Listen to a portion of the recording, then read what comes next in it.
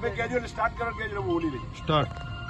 આજે બોરાદ મુકામે ડોક્ટર વિનોદભાઈ પટેલ દ્વારા 31 વૃક્ષોનું ગ્રીન આર્મીને દાન મળેલ છે અને એના ભાગીરૂપે આજે ગોરાદમાં અમે આ ગ્રીન આર્મીના સૈનિકો અને ગોરાદના નવયુવકો દ્વારા આ વૃક્ષનું રોપણનું શરૂઆત કરેલી છે.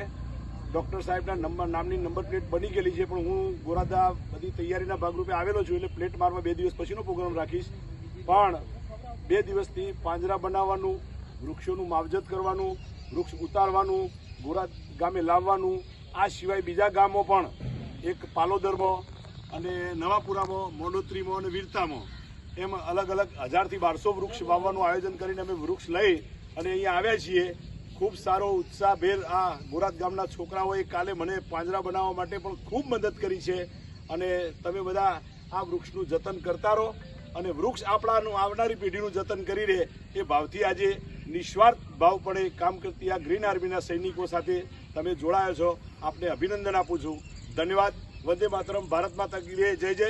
અને ફરીવાર ગોરાદના સરપંચ દ્વારા પણ અમને ખૂબ સારું પ્રોત્સાહન મળ્યું છે અને દાતા તરફથી પણ વિનોદભાઈએ પણ કીધેલું છે તમે વિનોદભાઈ આ વખતે 31 વૃક્ષથી ચાલુ કરો, પણ મેં 31ની જગ્યાએ ગોરાદમાં 51 વૃક્ષ વાવવાના છે.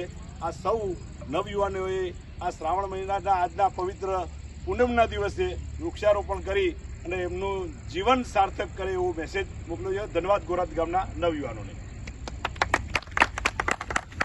ચાલો હવે આપણે બાકીના પૂરા કરવા.